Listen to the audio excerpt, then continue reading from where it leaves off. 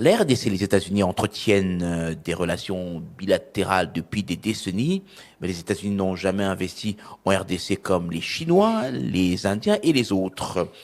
Qu'est-ce qui va changer avec le deal mine contre soutien diplomatique et sécuritaire dont on parle aujourd'hui?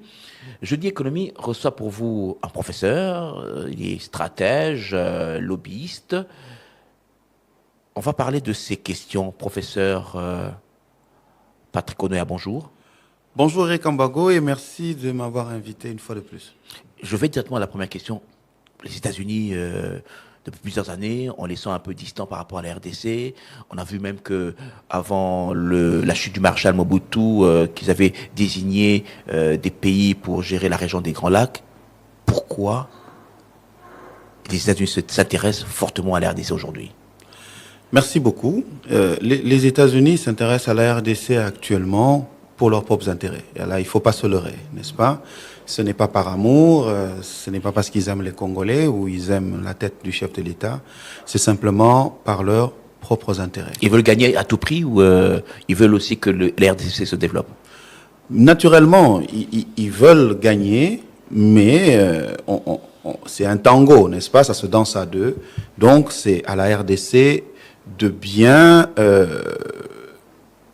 disons, je cherchais des mots polis, donc de bien s'assurer de ses intérêts. Ce ne sont pas les États-Unis qui vont assurer à tout prix les intérêts de la RDC. Donc c'est à la RDC de s'assurer de ses intérêts. Alors à ce sujet, vous avez rédigé un livre blanc qui pose 10 questions essentielles. Tout à fait. On va y aller point par point. La première question, que veut le président Donald Trump? Merci beaucoup. Le président Donald Trump est dans une logique dite mercantiliste.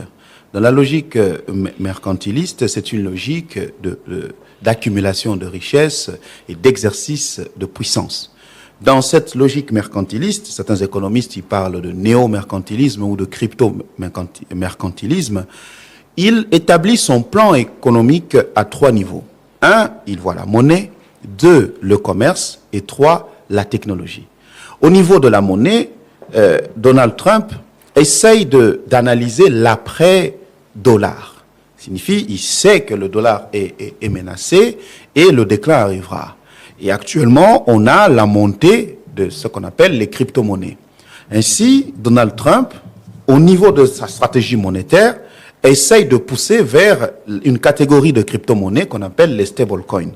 Les stablecoins, ce sont une catégorie de crypto-monnaies différentes, par exemple, du Bitcoin, qui sont des crypto-monnaies à cours libre, donc qui fluctuent au gré, n'est-ce pas, des spéculations. Les stablecoins sont plutôt des crypto-monnaies qui sont adossées sur une réserve de monnaie. Et Donald Trump fait la promotion d'une stablecoin particulière qui est adossée sur le dollar, c'est-à-dire que sur des réserves en dollars.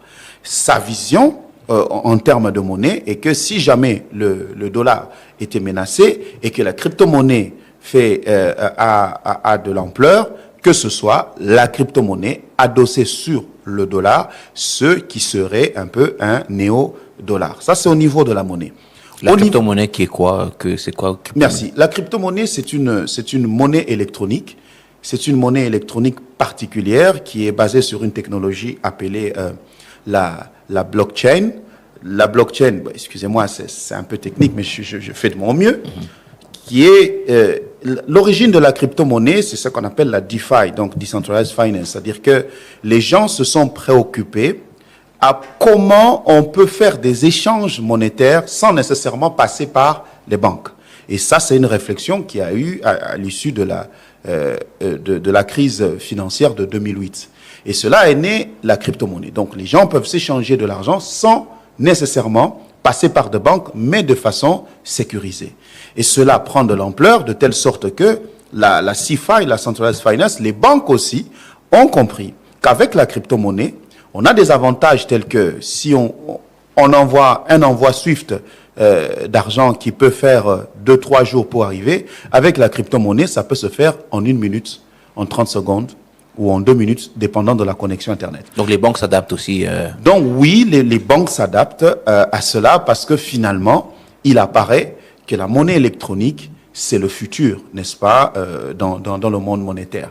Et Donald Trump, en ce moment, anticipe, n'est-ce pas? Il veut que ce soit cette crypto-monnaie adossée sur le dollar qui dominera encore le monde. Et pour cela, c'est lié à sa deuxième stratégie, celle du commerce. Parce que si les États-Unis augmentent leurs exportations, ça signifie que lorsque vous exportez, on vous paye, n'est-ce pas? On peut vous payer en dollars ou vous pouvez proposer qu'on vous paye en crypto-monnaie, donc en stablecoin, adossé sur le dollar.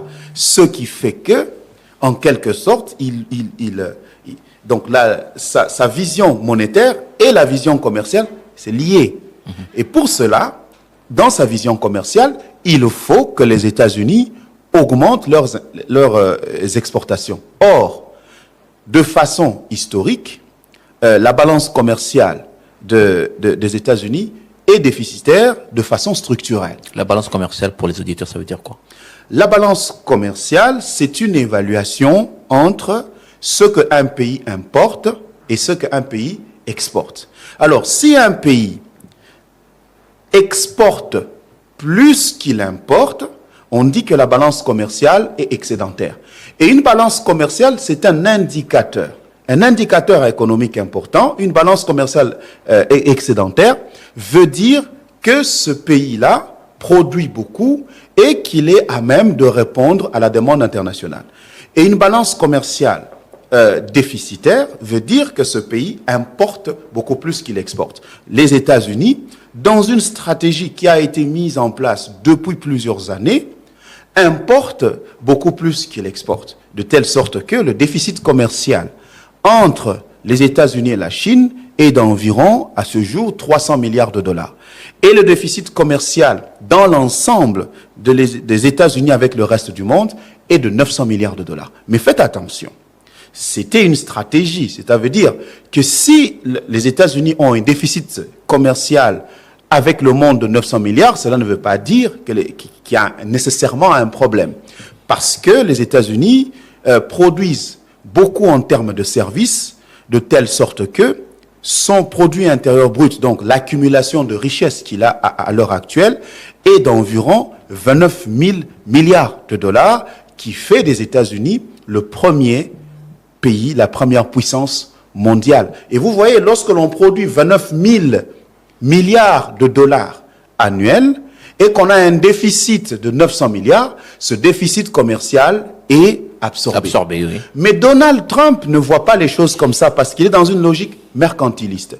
Et dans cette logique mercantiliste, ça signifie que je suis puissant. Il ne considère pas un État puissant avec un déficit commercial. Voilà pourquoi il s'attaque, n'est-ce pas, à la seconde puissance mondiale, la Chine, avec laquelle ils ont eu des accords, n'est-ce pas, depuis 1979, ayant fait de la Chine, n'est-ce pas, l'usine du monde. Donald Trump est donc dans une logique de bouleversement du modèle économique mondial en imposant son modèle où non seulement les États-Unis seraient la première puissance financière, mais elle serait aussi la première puissance commerciale. Pour cela, il faut menacer la Chine parce que la Chine est responsable au niveau manufacturier d'environ 30% de ce qui est produit au monde. Et les États-Unis sont responsables de pratiquement la moitié de la Chine, de 16%. Donald Trump dit que ce n'est pas suffisant, il faut que les États-Unis produisent plus.